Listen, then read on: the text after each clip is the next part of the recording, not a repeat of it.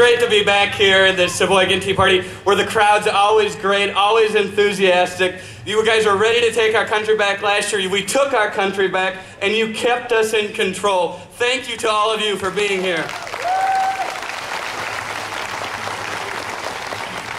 Who would have thought that this movement would keep going? A band of, I got a list here from the pundits: racists, toothless, farmers with pitchforks, uneducated, that's not going to last, terrorists, Americans are sick of politics, but you guys are all here, you're all ready to go. 2 years later, you're still cheering, you're still ready to go, we're fired up, we're going to keep Scott Walker in office, we're going to kick Barack Obama out of office, and we're going to put more Republicans in the legislature.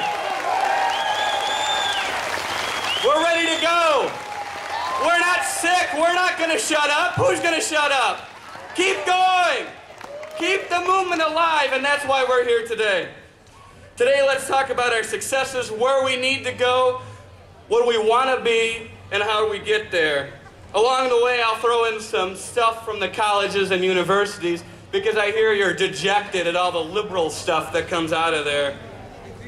Our successes. We have voter ID. We've got concealed carry. And we've got a balanced budget as required by our Constitution.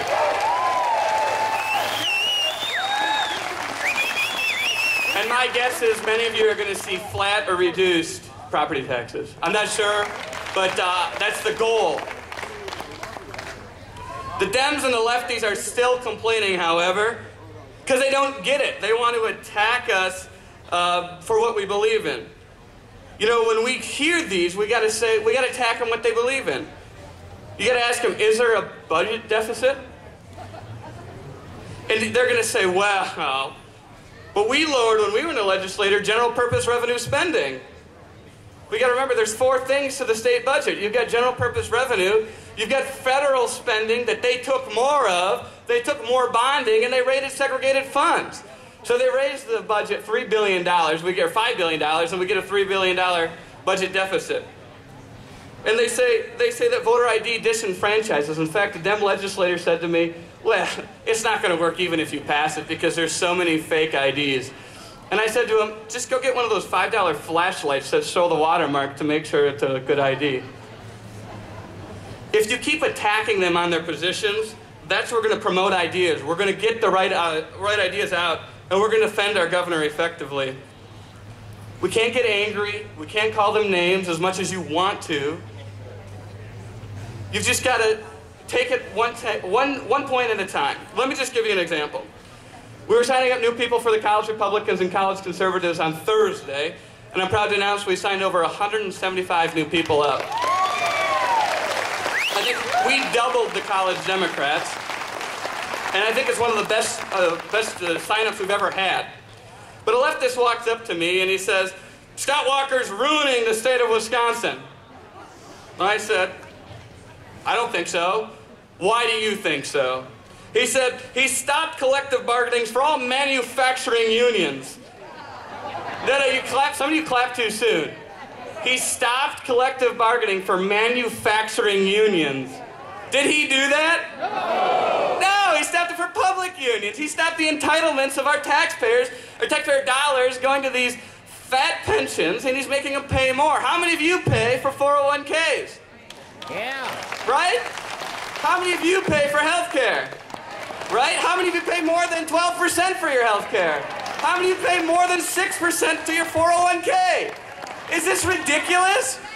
Yes. This isn't ridiculous. And if when you say to them, point out the points, go point by point down, they go, oh, I guess you realize. And then he said, wasn't the governor recalled in the assembly when he introduced right to work? I said, absolutely not. Where'd you get that from? I said, he did introduce right to work, but he did say publicly, now's not the right time, maybe in the future. So he walked away going, oh, I guess somebody really knows what's going on. I think so.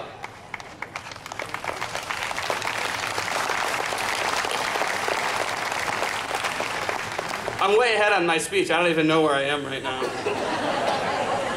Let's talk about some CR success. What did you say? What did you say? Well, all I have is chicken scratch, so I don't even know what page. They're not even pages, aren't even numbered. But who cares? Let's keep going. The CIs are having success. We have over 500 people at Michelle Malkin last spring. Not a single protester because they didn't have enough force to do it. By the way, we never protested from Michelle Malkin, but the college Democrats tried to protest the governor. They had like 4 people or something like that. It was ridiculous. You walk by going, what are those people standing around checking their iPhones for? Like, what is that? And then the Tribune goes, protesting the governor. And I'm like, what is this? Anyways. We ran out of, like I say Thursday, we ran out of Reagan posters. We ran out of Palin posters. We ran out of socialism sucks posters. Actually, it's Obama's posters. We had a steady flow, and because people want jobs after they graduate. We need to keep improving, though. We need to keep improving the Tea Parties. And we need to keep continuing as activists. And if we fail to do the following things, the movement dies. How many of you read the newspaper and watch the news? Keep doing that. How many of you forward on legitimate emails that make sense? Right? How many of you talk to your neighbors? Right? Let's see here. How many of you push people to our side or push people to vote? Doing those things, we're going to keep people on our side, and it's going to improve our life. And if you have somebody who says to you, like we did, well, I don't really care about politics, you say, you better care about politics. Because it's not only your life, it's not only your future, it's your children's future, it's your grandchildren's future, and it's this country's future, and it's freedom's future.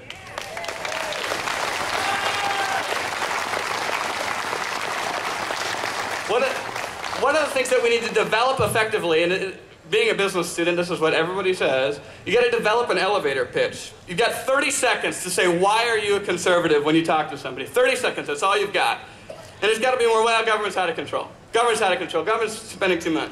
Let's say government is too large. They are hindering economic growth by causing uncertainty in the market. See my chicken scratch, I can't always read. Uncertainty in the markets. Furthermore, Obamacare has added costs to employers, lowering demand for workers, and those employers who have 50 workers or more are spending less and hindering our good debt. I balance my finances, why can't the government? Right? Is that a good hit? Oh, is that why we're Tea Party patriots? Is that why? If you be more than talking points and you talk about supply and demand, you talk about economics, you talk about why you think that way, you talk about the news, you're going to have more people rather than say Bush sucks. Bush didn't suck. Bush was okay. Obama sucks. But if you say more than that, people are going to believe you. By the way, corps pass on taxes, investors pass on bad debt, and Obama's policies are based on shaky correlations and no economic advisor. His economic advisor said the other day, if we raise the minimum wage, we're going to raise wages. Nobody believes that other than this guy. Who says that? If we increase the demand for jobs, we're going to increase wages. Everybody talks about economies of scale. I'm an econ major, I'm going to talk a little bit about this. There's certainly economies of scale, but the president doesn't understand they eventually diminish. Signing up 300 million people for government health care, eventually it's not going to save us any money. In fact, it's going to cost us more money. And the uncertainty that this president's caused, the Dow was down last week, the S&P was down, the NASDAQ was flat. We've got 9.1% national unemployment. We've got 17% unemployment between 16 and 24. The Huffington Post is reporting 85% of college students who graduated last May and moved back to their parents. And we've lost 2.2 million jobs since Obama's become president. Exactly why we voted for him, right? We need to be the voice fighting against him, because if we don't stop, we're never going to win. So who's ready to keep going? How many of you read a newspaper article and say, that letter to the editor is really aggravating? Right? How many of you respond to it?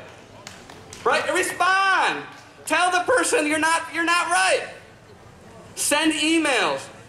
Make your voice heard. How many of you are so frustrated at people going to the Capitol and saying, they're right, they're lefties? How many of you are frustrated at them going to the Capitol? Then why aren't you going? I was there, let's go. Let's go to a school board meeting. Let's go to city councils. Let's make our voice heard. Let's drown out the lefties once for all, because they're not the majority, they're the minority. We know this from the recall elections. We know this from Scott Walker's races, and we know this from David Prosser's races. We're the majority. Let's make our voice heard.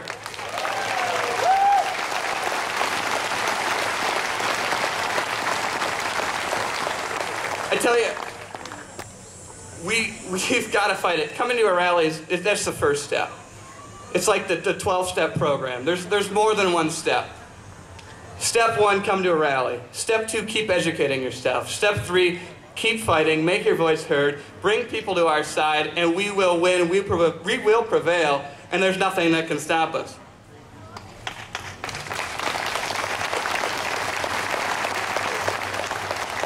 I promised you I'd talk a little bit about the universities, and it is frustrating for some students. We've got a major in the College Republicans who's a social welfare and justice major. Like you, I always ask her, what does that mean? But there's always these lefties, they push out, they say, oh wow, Obama's the greatest guy, but they don't know anything. If we expose the lefties on campus, we expose the murderers of Mao, Che, and Stalin, we talk about free market, we're going to do great. We educate and we use activism. I have an idea to talk about the Berlin Wall. I want to build a wall literally across campus so that people get so frustrated at this wall that they've got to walk around, so they finally realize what it's like to have a divisive wall between freedom and communism, and they'll like freedom better.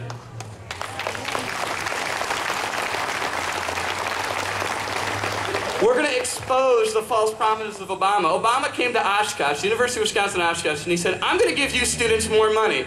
If you give your time to the government, you're going to get more money by the end of my first term. He hasn't done that. We don't want him to do that, but he hasn't done that. All he's done is taken all student loans, made them federal, and taken the interest that the federal government bears and pays for Obamacare. He says no poor people are going to pay for Obamacare, yet all of the poor people taking student loans, like me, are paying for Obamacare. All of you are paying Obamacare when you take out student loans to the federal government. They're no longer serviced by the free market, so interest rates are going to be whatever Obama says he wants it to be. You know, people always say, we're going to expose it, the Democrats always say, Republicans hate old people. They hate long-term care. How many of you hate old people? I'm not going to raise my hand. I don't hate old people. I work for a company that supplies for the long-term care. I'm not going to say that. But the facts are, Obama on July 29th cut 11.1% from Medicare spending to long-term care. He also increased regulations, and long-term care is slowly becoming one of the highest regulated industries in the world, in the country. It's encroaching nuclear energy. Isn't that crazy? He's allowing bureaucrats to make these rules. This Committee on Medicare and Medicaid Services said we're going to cut Medicare spending to long-term care 11.1%. Who thinks a bureaucracy should be setting Medicare rates? Why can't Congress do that? Let's change it. So Republicans don't hate old people. We just think we want the elected people to be in charge, not bureaucracy.